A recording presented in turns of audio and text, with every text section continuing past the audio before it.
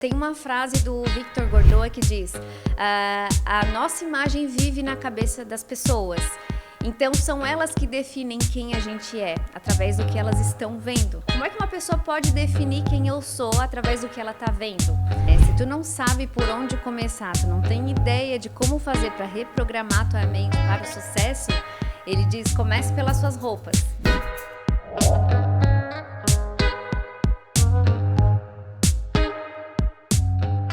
Olá, seja muito bem-vindo ao nosso primeiro episódio do Maestria em Imagem Masculina. Estou muito feliz em estar estreando a nossa primeira entrevista, onde nós vamos falar sobre imagem masculina, claro, um pouco de moda, um pouco de estilo, de forma um pouco mais aprofundada.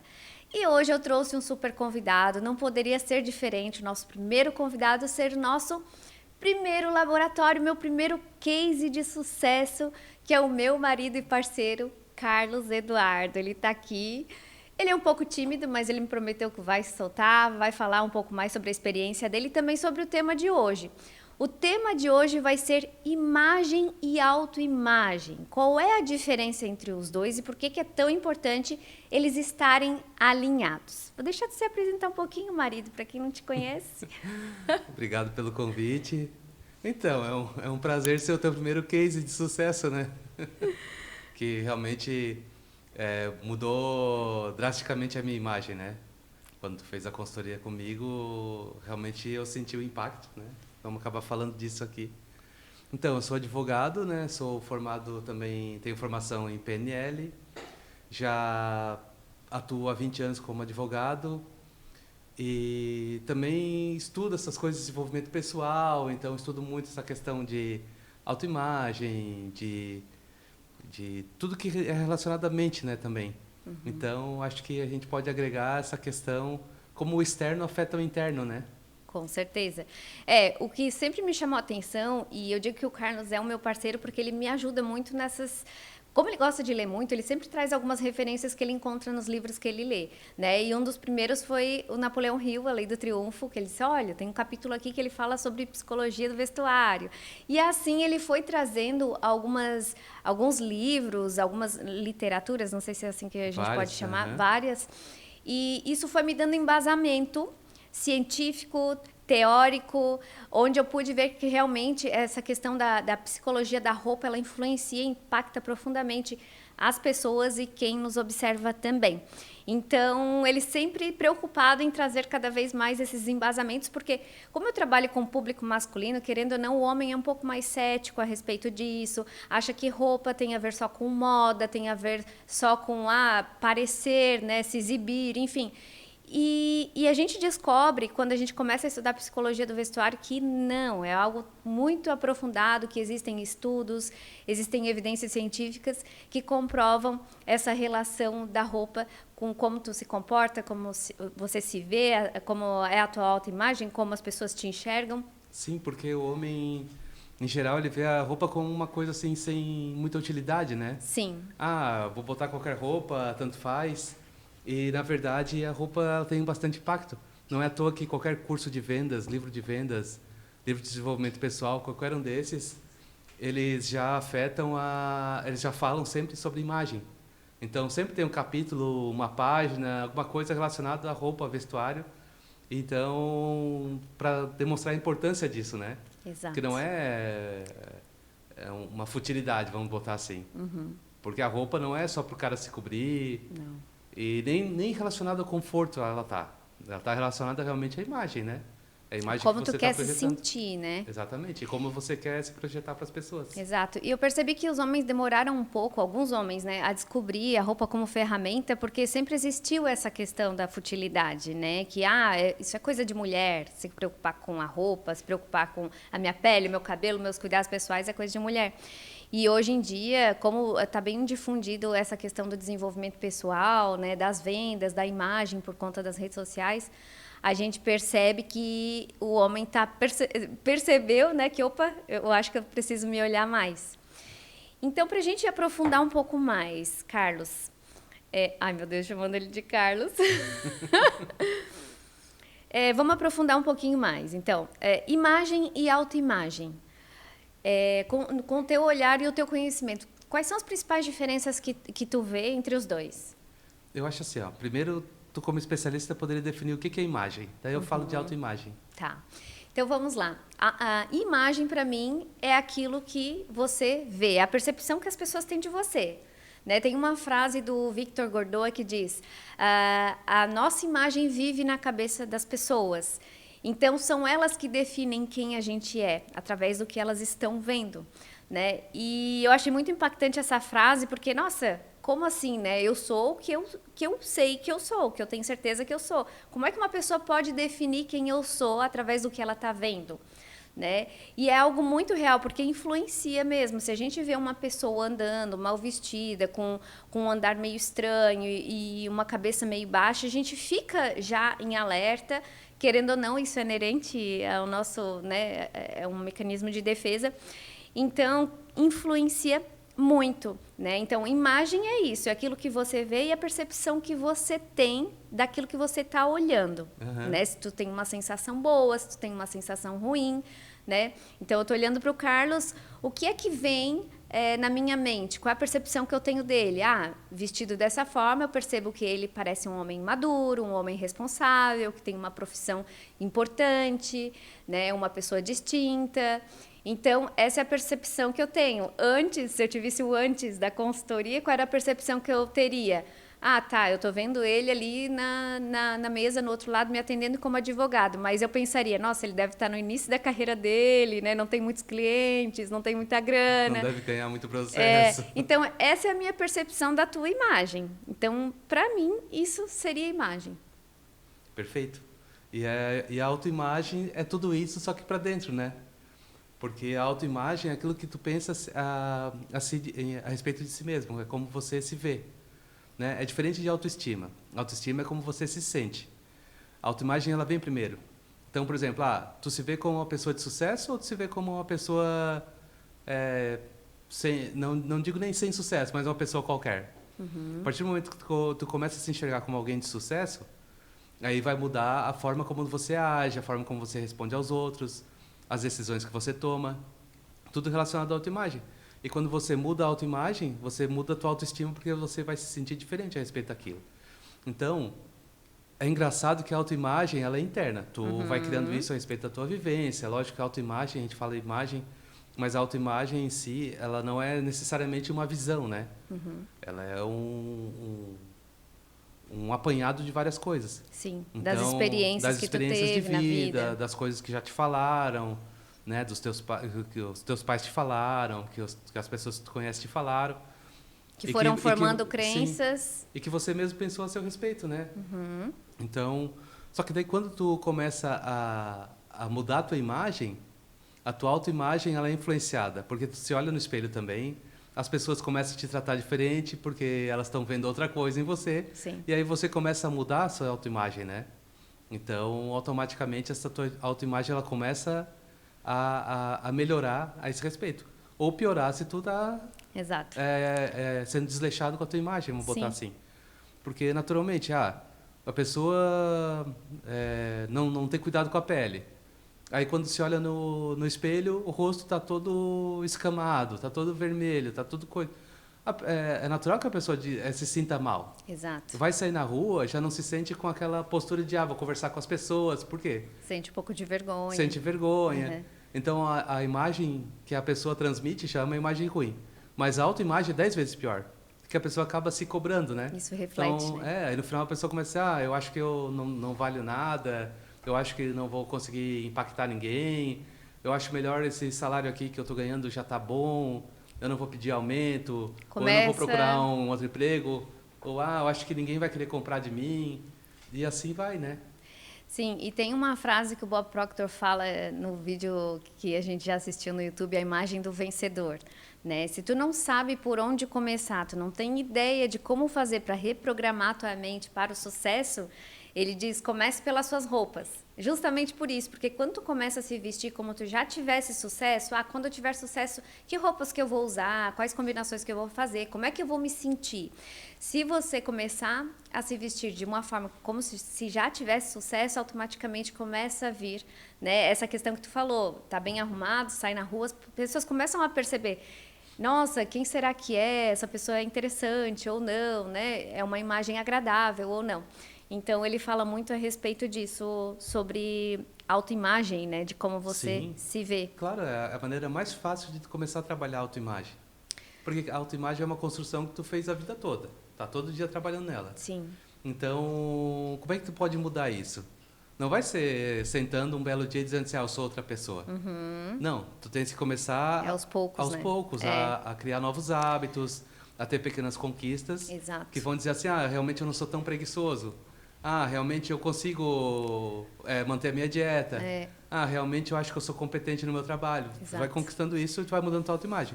Só que a maneira mais fácil, mais rápida, é se arrumando. Exato. Quando tu tens uma boa imagem, automaticamente tu já vai melhorar Já. Melhora o a tua pique, autoimagem. melhora tudo. Exato. Eu tenho a experiência dos meus clientes, né? Muitos deles, a maioria, vem com problema de autoestima. Né? E eles falam exatamente isso. Eu tenho preguiça de me arrumar, eu sou procrastinador, eu não me acho bonito, eu não me olho no espelho, que foi um dos que mais me chocou, né? Ele disse assim, olha, eu não me olho nem no espelho porque eu não me acho bonito, então eu prefiro nem olhar. E esse foi um dos cases que eu tive também, que no final da consultoria ele estava assim, se sentindo seguro, bonito. A mulher relatava, nossa, Gabi, ele está com uma autoestima assim muito legal, transformou a vida dele. Então, um simples fato de modificar a parte de fora, claro, com coerência, né? Porque a imagem sem uma... Por exemplo, não adianta ser só casca, né? Tu tem que ser e parecer, né? Então, tem que vir de dentro. Por isso que a consultoria de imagem, ela começa lá num questionário de autoimagem para entender comportamento, entender personalidade, para a gente vestir esse homem, né, de acordo com a personalidade dele, para que a gente construa uma imagem forte, uma imagem impactante e para que ele se reconheça nas roupas que ele usa. Então, é algo que parece assim uma mágica mesmo, o comportamento muda, a segurança em si mesmo muda. Né? E aí eu percebo que os clientes retornam falando, nossa, Gabi, estou indo muito bem, ou estou muito mais seguro, hoje eu consigo fazer aquilo que eu não conseguia fazer antes, ou conseguiu arrumar uma namorada, ou casar, outros relacionamentos, que acaba, né, querendo ou não, atraindo negócios e relacionamentos interpessoais. Sim, Então, essa é a beleza da consultoria de imagem, né? Que eu sim, passei pelo processo, posso falar, realmente, tu mudar a tua imagem não é simplesmente, agora eu vou me vestir de tal forma. Não, porque senão, como tu falou, vira uma casca, vira uma fantasia. exato. Né? Então, a pessoa fica esquisita, ela não se sente bem, não vai ter o efeito na autoimagem da pessoa. Sim. Se não for alinhado com ela, né? Com as próprias vivências que ela tem, ou alinhado até com os objetivos que a pessoa tem, né? Que nem eu. Até me formar em direito, nunca tinha usado roupa social, assim, no dia a dia, Nossa. né? Então... Eu me lembro bem. Sim. Aí, depois que eu me formei, aí comecei a usar roupa social todo dia. Só que daí eu pegava uma calça de um terno bem grande, que era do meu pai. Uma camisa de social, que eu achava que era social, só que tinha manga curta. Manga curta, meu É, Deus. Por dentro da calça, com cinto social, sapato social e calça jeans. o sapato, o pior possível, porque Sim. ninguém sabe qual é o sapato social. Naquela época não se tinha tanta informação, né? E hoje muitos homens não sabem ainda qual sapato é o social, qual que não é. A gente viu muito isso em alguns eventos que a gente foi de advogados, né? Que muitos advogados num evento ainda usam aquele modelo side gore, que é um modelo de É o sapato que eu tinha, social, que era o que tu tinha, né? Que todo mundo acha que é o social. É que eles chegam na loja e dizem, eu quero um sapato social confortável. O mais confortável é o side gore. Mas não que seja o mais confortável, porque hoje em dia já tem marcas que fazem Sim. sapato social confortável tanto quanto. É que os homens Mas não ele é bem experimentam. confortável, é bem confortável. Ele é super confortável. Então, a imagem fica esquisita, né? Fica. Não transmite. E depois da consultoria, claro, daí a imagem ficou alinhada e ficou outro nível, né? Sim. Mas ela fez sentido para mim porque eu fiz direito, né? Se a pessoa fosse trabalhasse com outra coisa, né? Fisioterapeuta, por exemplo. Fisioterapeuta, não ia fazer sentido nenhum. O cara Exato. ia ficar parecendo um advogado trabalhando de fisioterapeuta. Aí... E não tem mobilidade nenhuma, né? Porque É. se pensar um fisioterapeuta, o que ele vai fazer? Ele vai fazer, sei lá, massagem, vai fazer algum tipo de fisioterapia, ele vai precisar de mobilidade. Sim, ele não vai fazer de camisa social. Exato. Por isso que a roupa ela tem que ser coerente, né? O Victor Gordot também fala isso. O mais importante não é a imagem. O mais importante é a coerência entre ser e parecer. Então, assim, é preciso ser coerente porque uma imagem muito bonita, se ela não tem uma sustentação, um deslize e cai por terra. E ao contrário também, às vezes o cara é muito talentoso, muito inteligente, poderia fazer coisas grandiosas, só que a imagem dele não comunica isso e as pessoas não olham para ele não recebe oportunidade, e aí ele acaba desanimando e achando que não presta para nada, né? Sim. Então, tá aí a importância. Exatamente. E é possível controlar a imagem que os outros têm de nós? O que tu acha? Ou ela é sempre escapa do controle? Não, eu acho que é possível controlar. É possível porque... É possível quando? Quanto? Quando? Quando? É quando você se arruma e faz a sua parte, né? Eu acho que é como tudo na vida. Se tu tens que fazer o teu e confiar que as coisas aconteçam do jeito certo, né? Porque também a gente não tem controle de tudo. Mas a partir do momento que você tem uma imagem alinhada com a sua personalidade, com seus objetivos e tudo mais, você depois consegue sustentar essa imagem, né? Porque também não adianta a pessoa ir lá, comprar o melhor terno e depois não saber nem falar português direito e aí não vai sustentar. Sim. A hora que abre a boca, acabou a imagem. Sim. Né? Então não é porque está bem vestido que o problema está resolvido, né? Mas eu te perguntei isso até para... Eu mesmo tenho uma resposta, mas queria saber a tua. Mas eu acredito que é possível você conseguir controlar a percepção que as pessoas têm de você quando você se veste com intenção. Quando você tem intenção, por exemplo, que é o que eu ensino para os meus clientes, né? Hoje eu vou numa reunião, eu preciso transmitir poder e autoridade. Quais são as roupas, as cores, as estruturas e acessórios que vão transmitir isso? Então, quando você entende a psicologia do vestuário e sabe que a cor tal comunica tal coisa, que a estrutura de roupa tal também comunica e vai reforçando, você vai unindo elementos que reforçam a mensagem que você quer passar, aí você consegue controlar, né? É claro que aí tem uma junção de fatores, tem o comportamento tem que estar alinhado com a roupa, a forma com que tu fala, a forma como gesticula, né? Tudo tem que ter coerência, então a coerência sempre vai estar em foco. Mas eu acredito que quando você se veste com a intenção, fica mais próximo da expectativa, né? Que as pessoas vão te observar e vão conseguir realmente ter aquela leitura que era o que você intencionalmente queria transmitir. Sim. Né? Então, eu acho que é possível quando você tem autoconhecimento e tem conhecimento a respeito da psicologia do vestuário, né? Sim. Eu tenho uma dúvida. Como que isso da intenção se relaciona com o estilo? Porque, por exemplo, ainda ontem, estava cortando cabelo, estava conversando com o meu barbeiro. Ele disse o seguinte, ele começou a dar palestras. E aí, ele percebeu que os palestrantes, os caras que dão curso de barbearia, eles são tudo num estilo assim mais jovial, calça jeans, camiseta colorida, esse negócio bem criativo, bem criativo. Só que ele não se sente de usar essa roupa.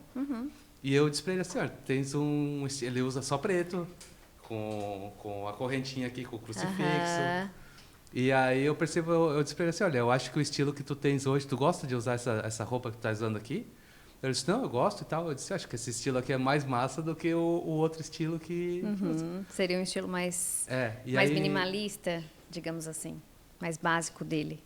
Mais básico, mas eu acho que para... Ou mais clássico. Mais para instrutor, não puxando para o estilo dramático. Tá, entendi. Por quê? Daí seria impactante mais como impactante. Professor, né, como palestrante. Ao invés de ele tentar botar uma calça jeans e uma pochete transversal aqui para dar curso. Então, a intenção com o estilo, como é que se alinha isso? Dá para fazer um equilíbrio dos dois, né? Porque, assim, por exemplo, ele quer transmitir autoridade, só que ele tem esse estilo bem dramático, já ajuda, né? Porque o estilo dramático, ele impacta. Mas como ele pode, ao mesmo tempo, tentar ser acessível como um mentor, né? Eu acredito que, assim, muitos desses mentores, é o que a gente estava falando outro dia também dos corretores de imóveis, eles começam a se vestir tudo igual, né? Eles não têm um assessoramento de imagem para eles conseguirem trazer na intenção também o estilo de trabalho deles e o estilo, a identidade deles, né? Então, o que falta é descobrir assim, o meu estilo é dramático. Mas, e tu percebe que na barbearia do teu barbeiro, o espaço dele também é meio dramático? Sim. Então, é tudo que no mesmo estilo. E ele pode ter, ele tem esse salvo-conduto. Ele não é que nem um advogado que tem um dress code Sim. definido, terno e gravata, camisa clara, traje escuro. Ele tem uma liberdade maior porque ele trabalha, querendo ou não, com criatividade também, né? Ele vai ali, faz um corte, ele vai pensar qual é o melhor corte para fazer naquele tipo de cabelo, né? Enfim. Ele tem, querendo ou não, esse instinto criativo, ele pode usar ou não, aí ele tem o estilo dele. Ele pode trazer o estilo dramático mais forte, as botas que ele usa, o jeans, ele pode trazer um colete com corrente, estilo Johnny Depp, né? Então, é possível, né, trazer intencionalmente o estilo dele com a mensagem que ele quer transmitir, né? A intenção. Eu quero... Por exemplo, a gente sabe que cada pessoa tem a combinação de 2 a 3 estilos. Aí vamos supor que ele tem ali o estilo esportivo, com o dramático e o elegante. E aí ele quer sobressair o dramático, que é mais impactante, transmite poder e tal. Só que ele pensa assim, eu vou mesclar um pouquinho com o elegante para ser um pouco mais acessível e sofisticado. Então tá ali a intenção dele, porque ele sabe a mensagem que cada estilo transmite e ele sabe qual estilo vai ajudar ele a desempenhar melhor aquilo que ele se propõe, né? Perfeito. Então acho que poderia ser feito dessa forma. E tu conduziu muito bem a conversa, tá vendo, gente? 19 anos com a pessoa, foi meu primeiro case há quantos anos? Acho que já faz uns 8 anos, né? 8 anos, pelo menos, ele aprendeu Pelo muita menos. coisa. Às vezes eu até fico surpresa, porque eu peço para ele me ajudar em alguns projetos que eu tenho. E peço para ele me ajudar na questão do marketing. Me ajuda, como é que tu escreveria essa copy? E ele, se ele quisesse ser consultor, se não desse certo como advogado, poderia ser, né? Eu não tenho o olhar clínico que tu tens. Mas tu sabe fazer uma leitura, tu sabe identificar um homem bem vestido de um mal vestido? Eu acho que é até interessante falar isso, né? Eu acho que em correlação à imagem, todo mundo tem condições de dizer se uma pessoa está bem vestida ou se ela está mal vestida.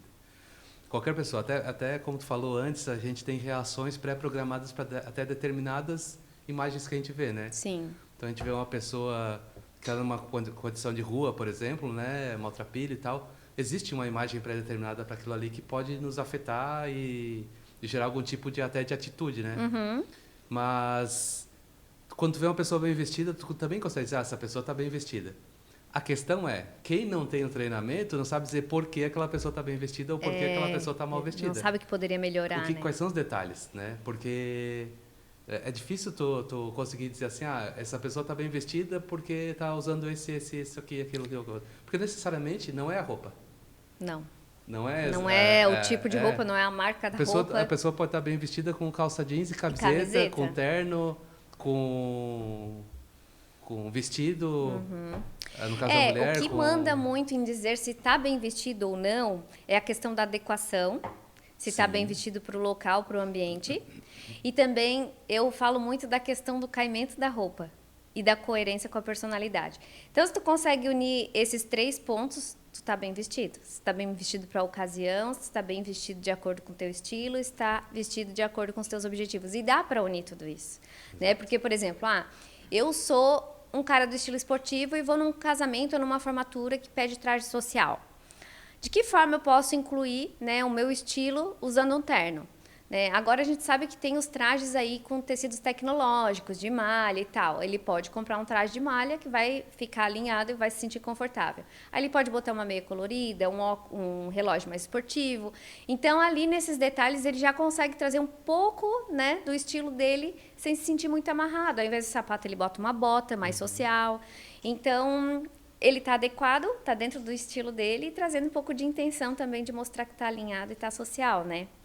Então, eu acho que une esses 3 pontos para a gente dizer que uma pessoa está bem vestida. E é aquilo que tu falou, pode estar bem vestido de calça jeans e camiseta. Sim. Mas esses 3 pontos têm que estar alinhados, né? É interessante como esses 3 pontos, eles também demandam um planejamento, né?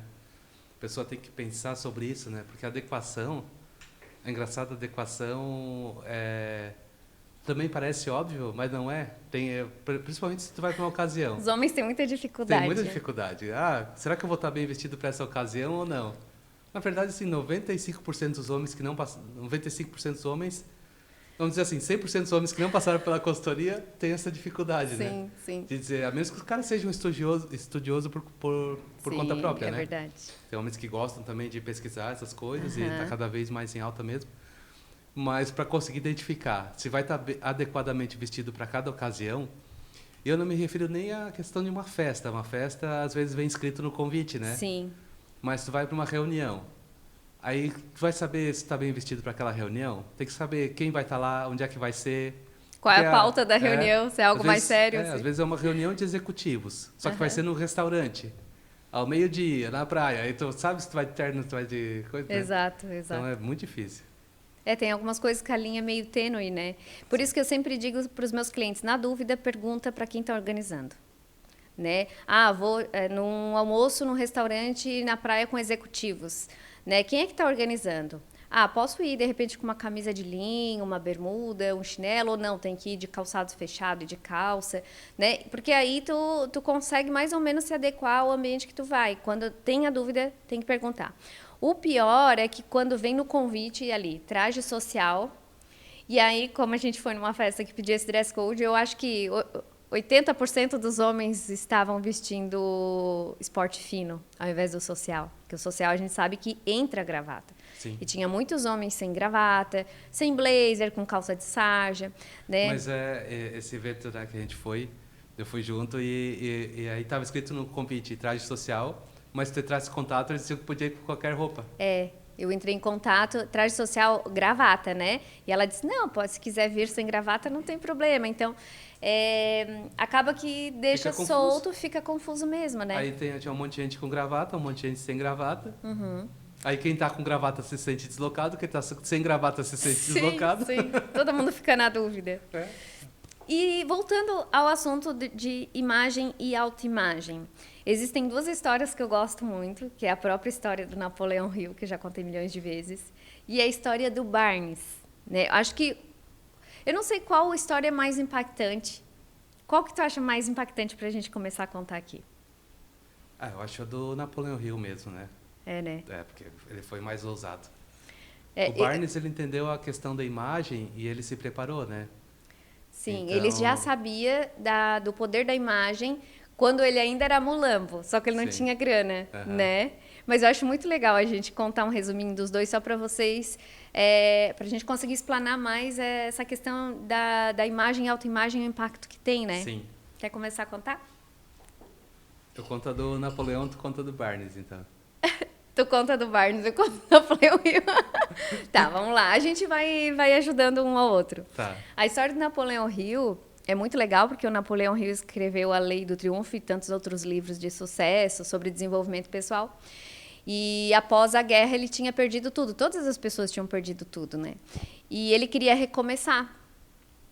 E aí, quando acabou a guerra, ele não tinha um tostão furado no bolso, mas ele tinha relacionamentos, né? E ele tinha um relacionamento com o alfaiate, que era amigo dele, que fazia os trajes para os homens mais poderosos da época.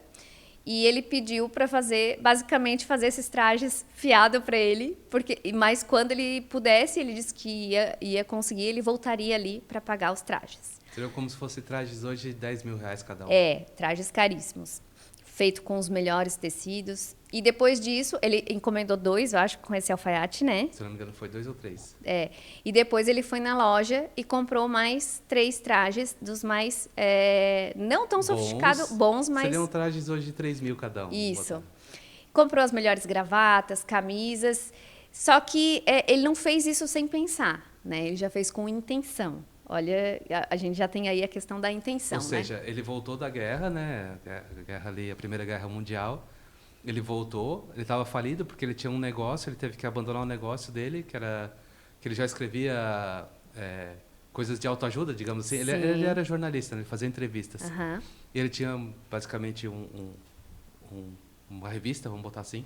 E aí ele foi para lá e ele perdeu, porque ele não tocou mais, faliu a empresa, não tinha como pagar as contas. Ele foi para lá, para a guerra, voltou, ele não tinha um trocado. Sim. Não tinha $1, né? Eu ia falar, não tinha R$1, dólar mas furado. pior ainda, né? E aí a primeira coisa que ele fez, ao invés de procurar um emprego, foi fazer fiado para comprar terno, né? O que ninguém faria no Exato, lugar ninguém dele. faria.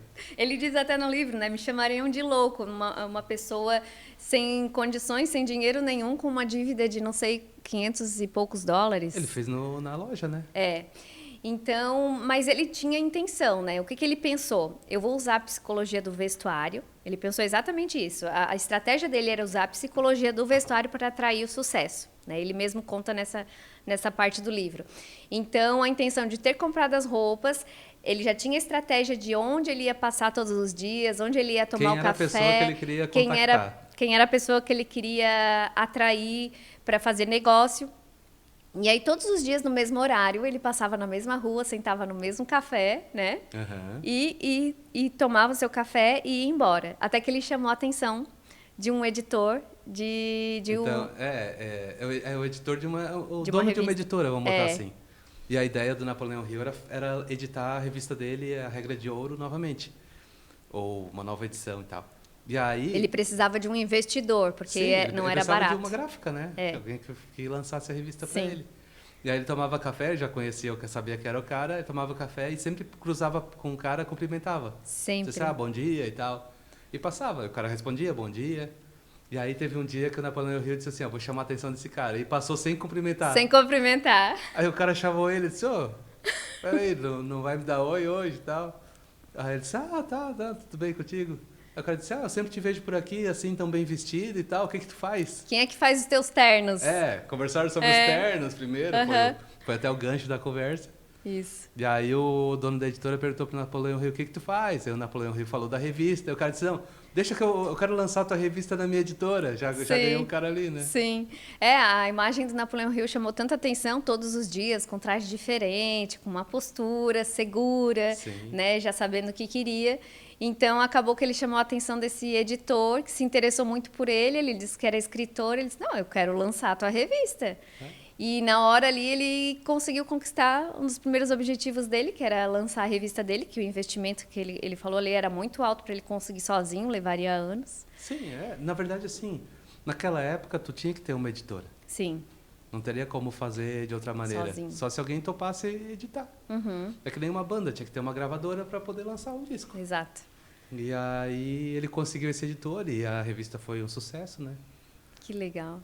E agora a história do Barnes, que também é no mesmo livro que ele conta, Sim. né? Eu não sei se tem outros livros. Tem outros livros que eu li que também falam um pouco do Barnes. Será que é no do Bob Proctor? Não, o próprio... Aqui no Napoleão Hill tem A Lei do Triunfo, Ah, o que Quem é Pensa esse. e Enriquece. Ele tem, Quem Pensa e tá. Enriquece também. Ele cita alguns exemplos Do Barnes. do Barnes também, né? Que são semelhantes.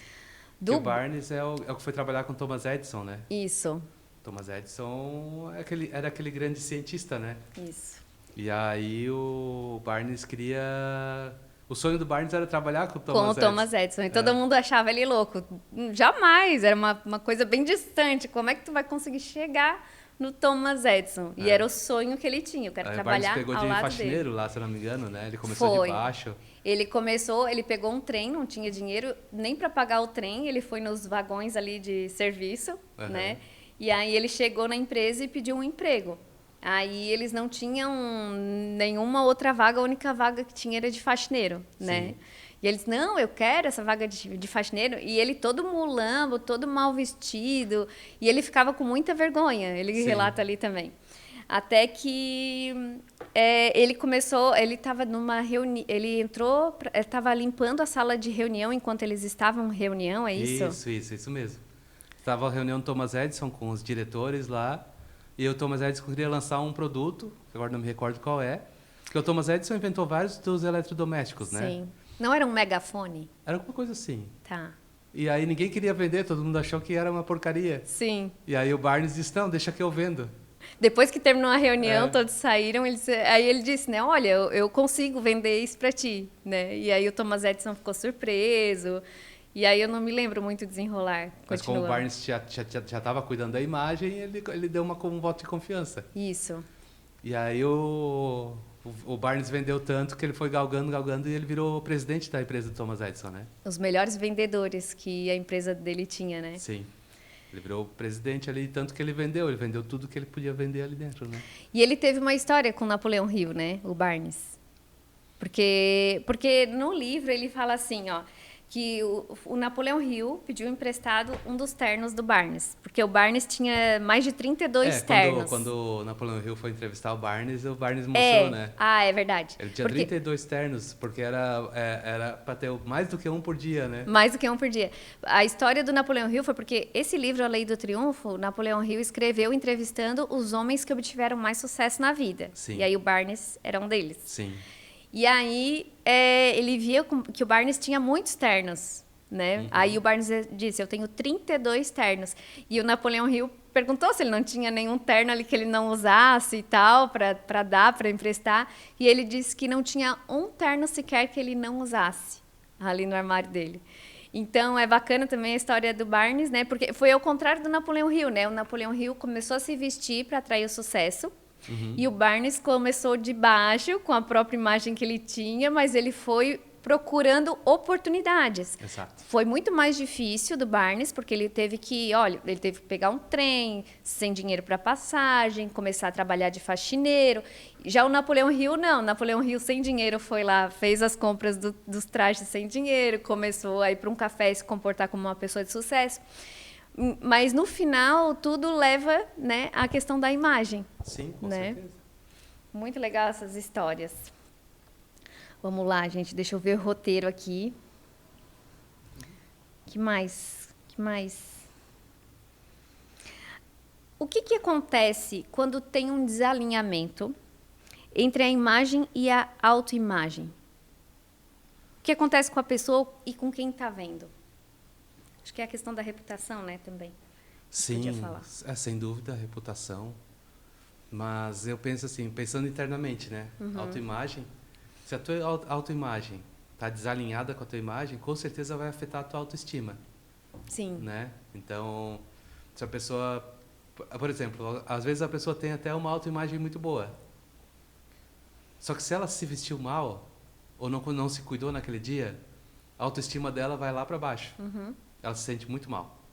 Então, esse desalinhamento ele é muito perigoso, né? A pessoa tem que conseguir... eu penso nisso, de planejar realmente a sua imagem para ser alinhada com a sua autoimagem. Uhum. E se a autoimagem ainda não atingiu o que ela quer mostrar na imagem, Sim. ela começa trabalhando a imagem, que vai daí os polos vão se alinhando, né? Se alinhando. Mas, e aí aos poucos ela vai conseguindo mudar a sua própria autoimagem. Uhum. Mas perante a percepção da pessoa que olha, de fato, se a pessoa tem uma imagem e aí já não é mais tanto a autoimagem, mas até o caráter da pessoa, vamos botar assim, não está alinhado, pode afetar a reputação dela, porque automaticamente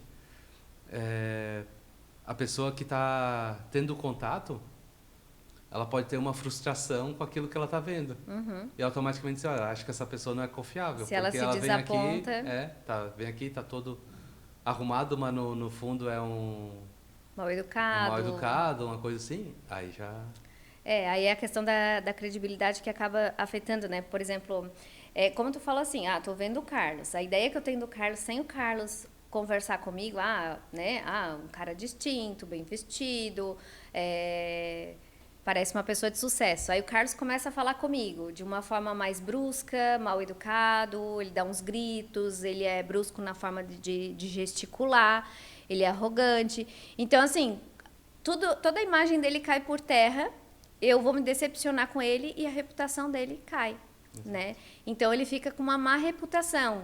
Então, para mim, ele só tem uma imagem bonita, mas não está alinhada com a essência dele.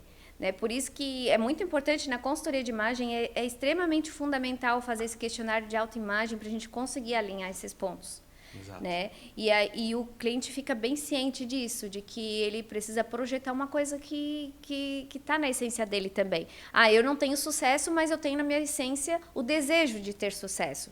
Então, né, eu posso me vestir já de acordo com isso. Sim, e fica aparente, às vezes a pessoa tem esse defeito de ser meio grosseiro, de, por exemplo, tá sempre interrompendo os outros quando os outros estão falando, ou de ter essas alterações bruscas de humor. Uhum. E aí a pessoa pode trabalhar esses aspectos para trabalhar a sua imagem também, né? Não só o vestuário, mas também trabalhar essas partes psicológicas, né? Ou de comportamentais? A gente pode fazer análise também de políticos, né? É mais delicado, mas sem falar, sem citar nomes. O político ele tem essa reputação de ladrão, pessoas que não são confiáveis, que mente, que isso, que aquilo. Então, não adianta eles vestirem terno e gravata se eles têm um histórico de má reputação, eles não têm credibilidade. Então, qualquer pessoa que se candidate a político, tu já pensa, mais um para roubar, né? Então, ali é manchado toda uma classe, né? Querendo ou não, né? Para depois, para reconstruir essa reputação, tem que vir uma pessoa muito boa, fazer coisas muito boas e com bastante transparência para conseguir resgatar a imagem dos políticos, por exemplo. E é isso que é o mais difícil, né? O mais difícil não é tu construir uma reputação.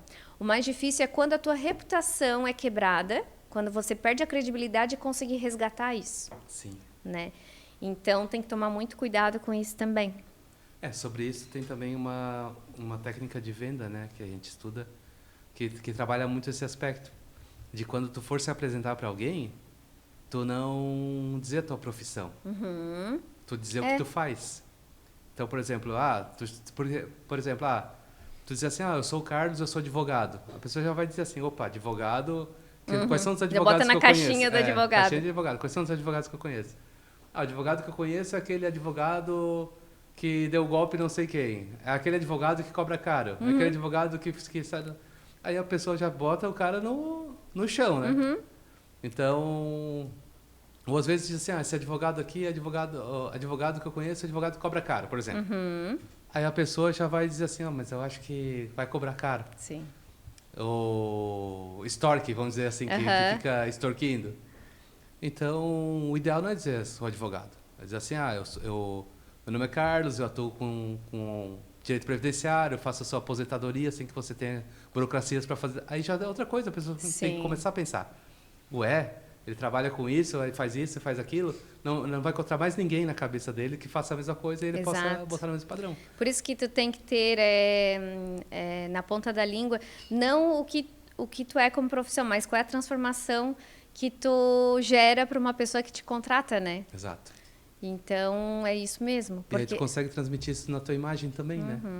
Porque tu não vai estar se vestindo igual a todo mundo da tua profissão também. Exato. Então, eu sou advogado, uso terno, mas não é todos os advogados que usam o terno que eu uso. Uhum. Então, já vou me diferenciando por ali, né? Exato. E eu acho que os políticos, eles têm que seguir, eles devem seguir a mesma tendência, né? Eles não podem se identificar como político. Sim. E também não devem se vestir como político, embora eles tenham esse padrão, né? Eles se vestem todos como... Porque exatamente entra a questão da adequação, né? Uhum. O político também é engraçado, porque ele quer estar adequado. Uhum. Então, eles pensam assim... o político estereótipo, né? Não estou falando de todos os políticos, mas vamos botar o estereótipo, que é aquele fanfarrão que vai nas comunidades mentir para as pessoas, né? Sim. E aí eles se vestem todos iguais. Eles são bem simplesinhos, né? Eles são bem simplesinhos. Bem humilde. Bem humilde, que é para parecer igual às outras pessoas e tal. E tu vê, né? Qual seria a medida, então? Por exemplo, ele vai visitar uma comunidade carente. E aí é claro que se ele for de terno e gravata, vai ficar muito distante. Sim. E aí qual é a medida? Então, eu tenho que me igualar, eu tenho que parecer um pouquinho mais para transmitir uma segurança para aquele povo. Eu gosto muito, teve uma cena do Barack Obama, que teve uma catástrofe, eu não lembro qual localização que era, e eles estavam filmando ali na hora, e o Barack Obama estava com uma camisa branca de botão, com a manga dobrada, arregaçada, né, sem o traje por cima, a calça dele normal, social, sapato, mas estava sem gravata, estava sem blazer, estava com a camisa de botão, mas com a manga dobrada. Então, ali a gente já consegue, em vista das pessoas que estavam ali ao redor, que eram pessoas que estavam, né, numa situação ali, eu acho que foi um terremoto que deu, não sei o que foi, que estava tudo destruído. Mas dá para sentir que a pessoa tem um nível de autoridade, né? Não precisa estar de terno. Então, é isso que eu digo. As mangas arregaçadas significa que está trabalhando, que exato, tem toda uma simbologia. No meio, né? Sim. Tem toda uma simbologia. Aí está bem adequado, porque ele continua mantendo o status dele de presidente, vamos botar assim, de a figura mais importante. mas também inserido, né? Inserido.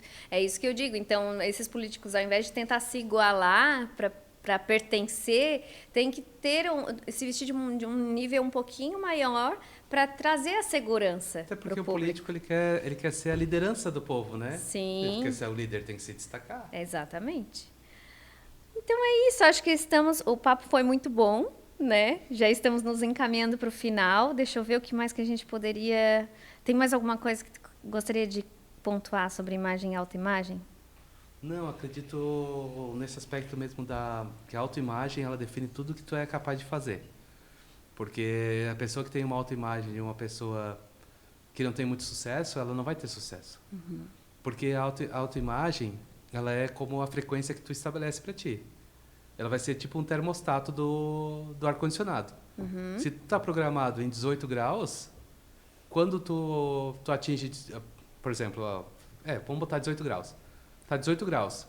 Se tu esquentar muito e for para 22 graus, automaticamente ele já liga e já te puxa de novo para o 18. Se tu esfriar muito para 15 graus, ele volta para o 18. Ou seja, se tu tens uma autoimagem, uma pessoa mediana, sem muito sucesso, cada sucesso que tu tiver, tu vai estar te sabotando em seguida para te puxar para baixo. Nossa. Da mesma forma, dali tu não cai. Isso que é engraçado também, né? Não tem como uma pessoa que, não me vejo como uma pessoa de muito sucesso, mas também não se vê muito pobre, essa pessoa não fica pobre. Porque o termostato está regulado. Olha só. E se tu trabalha a tua autoimagem, tu diz assim, não, realmente eu tenho uma autoimagem de uma pessoa... Eu estou falando sucesso aqui no sentido financeiro, óbvio que essa não é a única definição, né? Sim. Sucesso é muito mais que isso. Às vezes o sucesso financeiro nem é uma condicionante para ter sucesso. Mas é mais fácil de medir, né? Porque é número. Mas então, eu tenho uma autoimagem de uma pessoa milionária. O cara que tem uma autoimagem... Pensa, por exemplo, no Trump. O Trump é um cara que ele foi muito rico, mas ele já foi falido. Totalmente falido de não ter R$1, $1, né? Sim. E ele ficou bilionário de novo. Ele foi bilionário, ficou pobre, virou bilionário. Ou seja, porque a cabeça dele está nesse programa. No nível do milionário. Então, não importa o que acontecer, ele vai acabar voltando nessa condição porque a autoimagem está regulada. Então, tu tens que estar trabalhando a forma como você se vê. Não adianta nada tu dizer assim, eu quero ficar rico, mas toda hora tu diz assim, mas eu sou um burro mesmo que não fiz isso. Aí tu não vai conseguir, Sim. não vai ter milagre. É aquela questão da crença em si mesmo, né? Sim. Se tu não acredita no teu potencial e sempre se coloca para baixo, eu nunca vou conseguir, ou não tenho dinheiro, ou isso, ou aquilo. Tem até uma situação engraçada, porque eu vim muito de baixo, né? Então, eu paguei minha faculdade, não foi os meus pais que me pagaram. Então, qualquer pessoa que me dissesse assim, é difícil fazer isso, eu sempre digo, tudo é questão de prioridade. Exato. Né? Então, tu consegue qualquer coisa que tu quiser. Basta tu realmente pensar assim, eu não quero ficar onde eu estou, eu quero estar lá, onde é que eu quero estar, e ter isso bem claro e visualizando. Isso, exatamente. E aí que entra o contraponto da imagem. Não adianta nada tu ter uma autoimagem tipo, é lá que eu quero estar, só que tu continuar saindo de casa com pijama, né? Exato. Eu dormi hoje com essa camiseta aqui, mas essa camiseta é top. E sai com a camiseta toda amassada. E sai com um tênis sujo, vamos botar assim, né? E não penteia o cabelo, essas coisas. Não vai ter milagre. Porque, assim, a tua imagem é até de uma pessoa de sucesso. Tu pode ser uma pessoa inteligente, uma pessoa comunicativa, só que não vai conseguir atingir. Não. Porque a imagem que tu está transmitindo, ela é negativa. Exato. E aí as pessoas vão te retribuir negativamente. E aí tu vai ter um freio.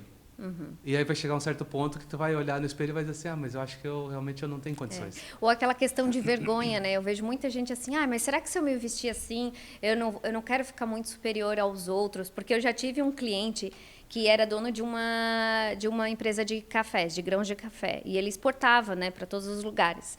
E ele ia trabalhar, assim, de calça jeans, bota daquelas de trilha, marrom, e uma camiseta com grãozinho de café na frente. E aí ele trouxe a queixa, assim, que ele não se sentia respeitado pelos funcionários, que os funcionários achavam que ele era tipo um amigo, chegava no corredor, conversava coisa aleatória. E os compradores do grão dele também pediam muito desconto. E aí a gente encontrou o ruído na imagem, que era uma imagem muito simplória, né? Ele estava até abaixo dos que trabalhavam no setor administrativo, a forma como ele se vestia, bem mais simples. E aí, quando ele começou a mudar isso, aí ele ficou com medo. Ele disse, Gabi, mas assim, eu não quero ficar muito distante dos meus funcionários, eu não quero que haja, assim, uma distância muito grande, eu não quero vestir roupas que eles olhem para mim e não consigam nem chegar perto. Então, ele tinha esse receio, por isso que por muitos anos ele se vestia de jeans e camiseta, porque ele achava que se ele se vestisse melhor, ele ia estar querendo se aparecer, ou ia estar querendo, né? E aí a gente ressignificou isso, e ele viu o quanto foi bom e foi mais saudável para o relacionamento que ele tinha com os funcionários. E ele conseguiu ter mais segurança na hora de não dar desconto para os compradores. De dizer assim, ó, não, meu grão, ele é gourmet. Eles passaram a respeitar ele. Passaram a respeitar ele. E aí caiu por terra aquela sensação que ele tinha, mas se eu me vestir bem, será que eu não vou estar assim, me achando? Será que eu não vou estar parecendo arrogante? Né? Então, tem muita gente que não sai dessa zona de conforto ali, de se vestir. Eu vou me vestir assim simples mesmo, porque eu não quero que a minha família fale de mim, porque foi o meu caso também, né? Então, eu sempre gostei de me vestir bem. E até num almoço que eu vou na minha mãe. Né? E num momento eu me preocupava, será que eu não estou demais? Não, mas é como eu quero me sentir bem. É claro que tem a questão da adequação, né? Não vou lá subir a régua lá no nível máximo. Mas eu quero estar sempre bem vestida, porque isso me faz bem também. Né? Isso acaba me estimulando e, querendo ou não, estimula as outras pessoas ao redor. Porque a gente vai contaminando as pessoas vão querendo se vestir melhor, pedem dicas, onde tu comprou, onde é que tu faz o teu cabelo. E para o homem é a mesma coisa. Os meus clientes dizem também que os amigos perguntam, né? Onde é que tu comprou a roupa, onde é que tu tá, qual a barbearia que tu está indo. Então, quando eles terminam a consultoria, eles estão dando dicas para os amigos, porque os amigos querem também acompanhar, né? Então, o poder do ambiente também, que é outra coisa importante. O poder do ambiente. A consultoria de imagem é legal que também ela tem ferramentas para superar esses medos também das pessoas, né? Porque é um medo que tem, né? É um medo. De ficar, tô demais, as pessoas vão ficar me achando. Mas não, tu pode ficar bem vestido e ainda acessível, né? Tem ferramenta e ainda acessível, exatamente. Mas é isso, gente. Então, acho que a gente chegou finalmente, a gente conseguiu dar uma boa explorada no assunto de imagem e autoimagem. As duas certamente têm que estar alinhadas, né? Porque não tem como tu construir uma imagem sem base sólida. E não tem como só, eu sou uma pessoa fantástica, eu sou inteligente, sou isso ou aquilo, e a tua imagem não comunicar isso. Exato. Porque a imagem é uma comunicação, é uma linguagem. Sim.